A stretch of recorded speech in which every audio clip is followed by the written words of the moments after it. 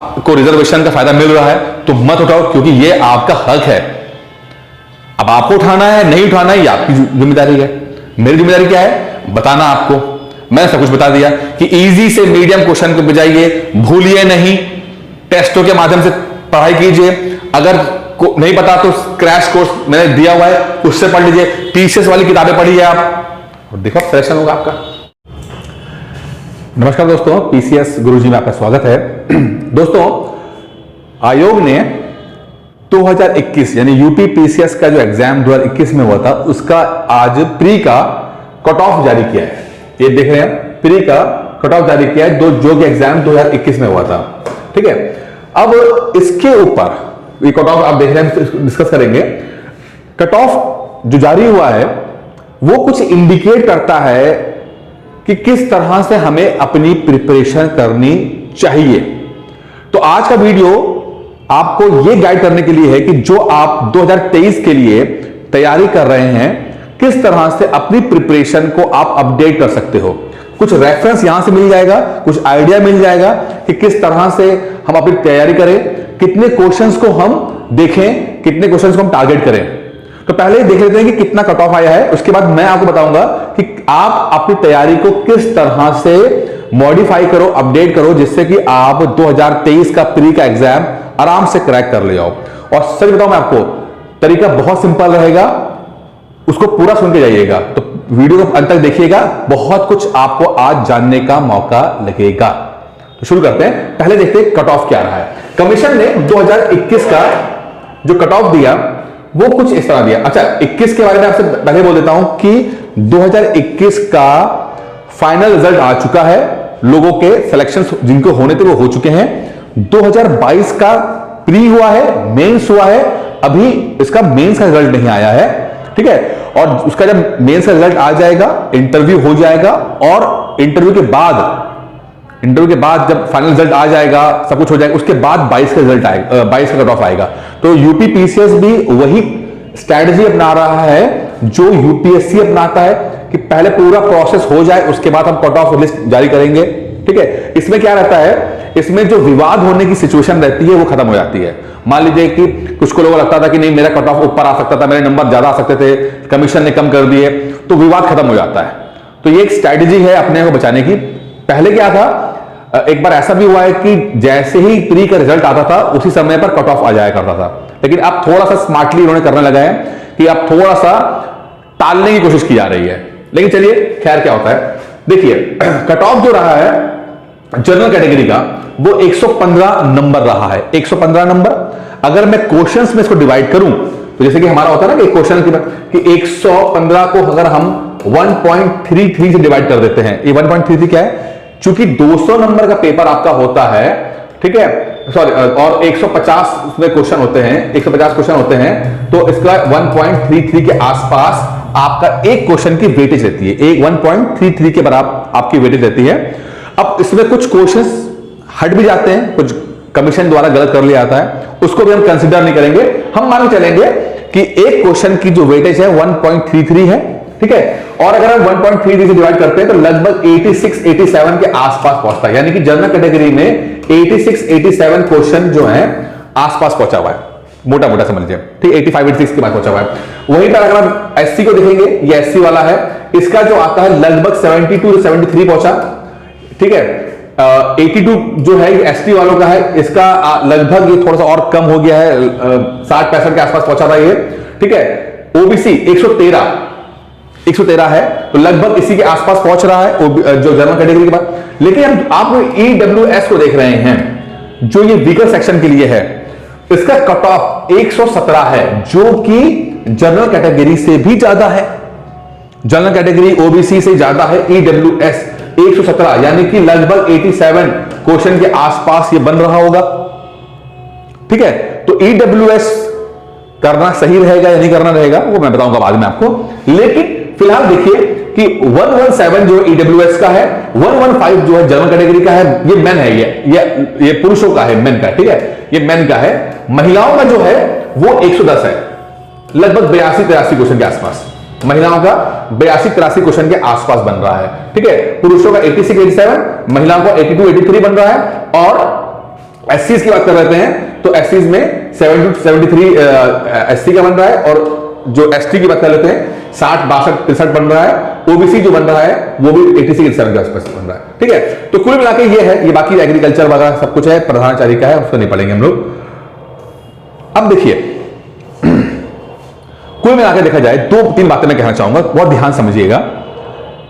UP PCS 2021 का जो question paper आया था, अगर उसको कंपेयर करते हैं 2022 के पेपर से, तो हम पाएंगे कि 21 का पेपर थोड़ा टफ था, मुश्किल पेपर आया था।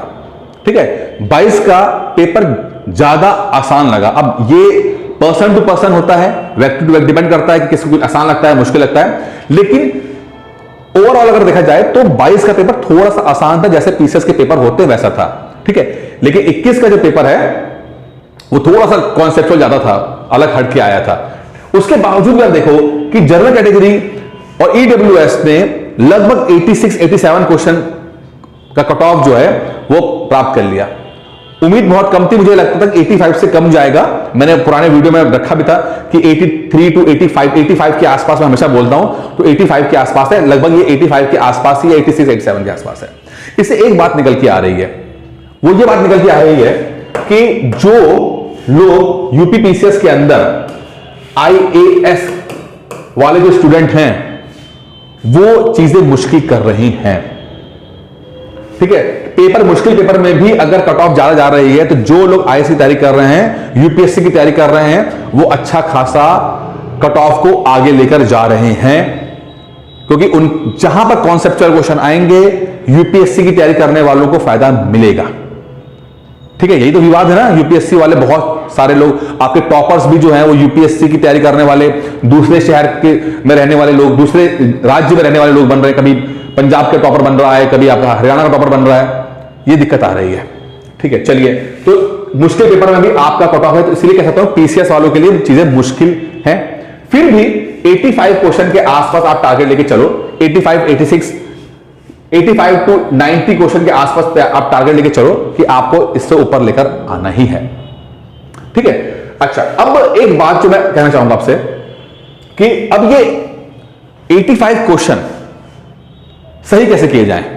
कट ऑफ देख लिया हमने, 22 का भी आ जाएगा, 22 का थोड़ा सा और भी ज्यादा हो सकता है कि कट ऑफ जो है वो मोर देन 85 हो। जो ये एससी कैटेगरी की बात कर रहे हैं हम लोग, ये जो अभी 70-72 पे है वो 80 क्रॉस कर जाए, जो महिलाएं जो 82 क्वेश्चन के आसपास हैं वो 85 कर जाए, क्योंकि जो 22 का प्री हुआ था थोड़ा सा हल्का हुआ था। अगर मैं आपसे कहूं कि तैयारी कैसे की जाए, 23 की तैयारी कैसे की जाए, तो मैं इसमें 2-3 बातें मैं कहूंगा, उसको ध्यान समझने की कोशिश कीजिएगा। देखिए, आपको टारगेट करना है, अभी मैं बता रहा हूं 85 क्वेश्चन टारगेट लिया। अब आप बोलोगे सर आप 85 तो ऑलरेडी अचीव कर चुके हैं, लेकिन मैं एक मोटा मोटा आइडिया दे रहा हूं, आप 85 to 90 टारगेट कर लीजिएगा। लेकिन मेरा एक रूल ऑफ थंब रहता है कि एक टारगेट में लेके चलता हूं कि हाँ भाई इसके आसपास। तो कभी कभी 85 से ज्यादा भी कट ऑफ हो सकती है, 85 से कम भी हो सकती है। मैं आप कहता हूं कि जहन में आप रखने के लिए 85 क्वेश्चन का एक टारगेट रख लो, आप जहन में रखने के लिए, कट ऑफ ज्यादा आ जा सकती है। ठीक है, अब 85 को टारगेट करने के लिए कम से कम आपको 95 to 100 क्वेश्चंस आपको करेक्ट करने पड़ेंगे। 85 को राइट करने के लिए आप कम से कम 95 से 100 क्वेश्चन राइट करो, तभी तो कुछ गलत होकर आपके 85 से प्लस ऊपर जाएंगे आपको। तो किसी भी हालत में आपके क्वेश्चन 95 to 100 राइट होने चाहिए। ठीक है, तो बात सिर्फ 85 क्वेश्चन की नहीं है, बात 100 क्वेश्चन की है। आपको लगभग 100 क्वेश्चन आपको टारगेट करने पड़ेंगे। अटेम्प्ट जो मैंने देखा, मोटा मोटा अटेम्प्ट जो मेरा एक आइडिया रहता है, हमेशा मैंने देखा है कि अगर आप तैयारी कर रहे हो किसी भी एग्जाम की, किसी भी एग्जाम का जो पेपर होता है उसमें 30-40 क्वेश्चन जो है वो मुश्किल आते हैं। अगर पीसीएस की बात भी करते हैं तो 30-40 क्वेश्चन जो है वो ऐसे होंगे जो थोड़ा रेंज से बाहर होंगे, जो नॉर्मल पढ़ाई पढ़ते हैं हम लोग उससे नॉर्मल रेंज से बाहर जाएगा। मैं कहता हूं कि इन क्वेश्चन को छोड़ दो आप। ये जो 30-40 क्वेश्चन जो हैं, जो कि हार्ड हैं, जो कि मुश्किल है, जो कि स्टैंडर्ड बुक्स में नहीं मिलते हैं, जो स्टैंडर्ड कोचिंग्स में नहीं मिलते हैं, इनको आप टारगेट मत करो। आप अगर आप चाहते हो पीसीएस प्री क्रैक करना सुकून से, आराम से, इत्मीनान से, आप प्लीज इनको टारगेट मत करो। अपने आप हो जाएंगे राइट तो सही है, इनके पीछे मत भागो। बहुत सारे स्टूडेंट मैंने देखा है जो सिर्फ मुश्किल मुश्किल सवाल के चक्कर में पड़े रहते हैं। नहीं, इतने मुश्किल नहीं है आपको। आप इनको 40 सवाल छोड़ दोगे तो आपके पास बचते 110 से लेकर 115, बस इससे ज्यादा अटेम्प्ट करने की जरूरत ही नहीं है। 110 से 115 अटेम्प्ट कीजिए, 95 टू 100 राइट करने की कोशिश कीजिए, कट कुटा के आपका 85 प्लस रह जाएगा आपका। अगर आप सिर्फ इजी और मीडियम टाइप के क्वेश्चन को फोकस करोगे तो भी आप आराम से पीसेस प्री क्रैक कर सकते हो, तो भी बहुत आराम से पीसेस प्री क्रैक हो जाएगा अगर आप सिर्फ आसान और मीडियम क्वेश्चन गलत ना करो। आपका सिलेक्शन इसलिए नहीं हो रहा कि आप मुश्किल सवाल गलत कर रहे हो, आपका सिलेक्शन इसलिए नहीं हो रहा क्योंकि आप आसान और मीडियम टाइप के क्वेश्चन गलत कर रहे हो। कोशिश करो कि जो आप पढ़ रहे हो याद रहे, मौका पढ़ने पर आप उसको डिलीवर कर सको। सिर्फ पढ़ना नहीं है, याद रखना भी जरूरी है।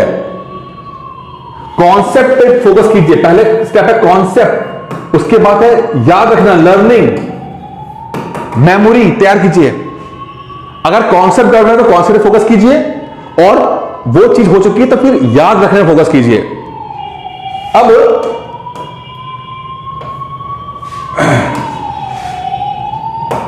अब इस बात को समझते हैं कि 115 क्वेश्चन मैंने बोला आपको, 115 क्वेश्चन मैंने आपसे बोला है अटेम्प्ट करने के लिए। ये आप अटेम्प्ट करोगे, ठीक है। फोकस आपके 95 टू 100 क्वेश्चन के ऊपर होगा जो कि आप करेक्ट करोगे, ठीक है। उसके बाद आप किसी भी तरह से 85 प्लस पे रहोगे जहां पर आपका सिलेक्शन हो जाएगा पीसेस के अंदर, ठीक है।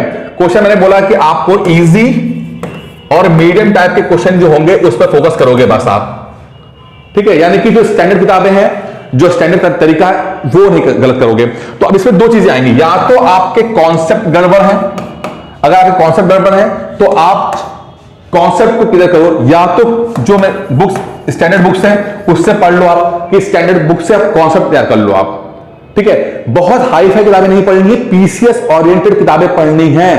पीसीएस ओरिएंटेड, आप पीसीएस का पेपर दे रहे हो तो पीसीएस वाली किताबें पढ़ो, हाई फाई किताबें मत पढ़ो, पीसीएस प्री नहीं निकलेगा आपका।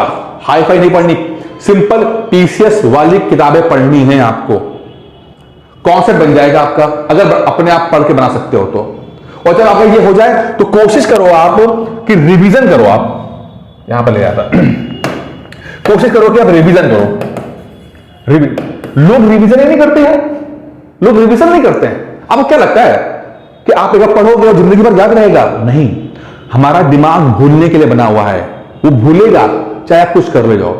अगर आपके पास 2 घंटे भी है पढ़ने के लिए एक दिन के अंदर, तो आप 30 मिनट जो है वो रिवीजन रखो और बाकी नया जो है वो 1.5 घंटे के लिए रखो आप नया। देखिए जितनी मेहनत कर ली है उसको बचा के रखिए। जैसे पैसा होता है ना, आपने कमाया, सेविंग्स आपके लिए बहुत इंपॉर्टेंट होती है, तो रिवीजन के माध्यम से आप अपना समय और एनर्जी को सेव कर पाओगे, ठीक है। तो अब यहां पर आपको रिवीजन करना है, तो अपने नोट्स बनाए हैं उसको बार बार पढ़ने की कोशिश कीजिए, आप रिवाइज करने की कोशिश कीजिए। आप एक बार आपने जहां 4-5 बार आपने रिवाइज कर लिया, चीजें आप आ जाएंगी। एक चीज और कर लो, आप यहां पर कोई मॉक टेस्ट जरूर दीजिएगा। मॉक टेस्ट, ये मॉक टेस्ट बहुत जरूरी है। क्यों जरूरी है? जो किताब आप पढ़ते हो लेटे लेटे से पढ़ते हो, तो लेटे लेटे पढ़ने से क्या होता है कि आपके दिमाग में तो मेहनत नहीं की। मान लो घटनाचक्र की किताब है, वो घटनाचक्र किताब आप पढ़ रहे हो, लेटे लेटे पढ़ रहे हो, अब दिमाग ने कुश्ती नहीं की, दिमाग ने मेहनत नहीं की है, आपने पढ़ते गए, आप बस वो रीड करते चले गए। जब तक आपका दिमाग लड़ेगा नहीं, जब तक वो प्रिपेयर नहीं होगा। अब आपने तैयारी तो की है लेट लेट के पढ़ के, एग्जाम में गए, नया सवाल आया, क्योंकि आपके दिमाग को तो लड़ने की आदत तो है नहीं, क्वेश्चन से भिड़ने की आदत तो है नहीं, तो वहां पर जाके वो हार जाता है, वहां भूल जाता है, वहां पर वो कंफ्यूज हो जाता है। लेकिन अगर आप मॉक टेस्ट देते रहोगे तो क्या होगा?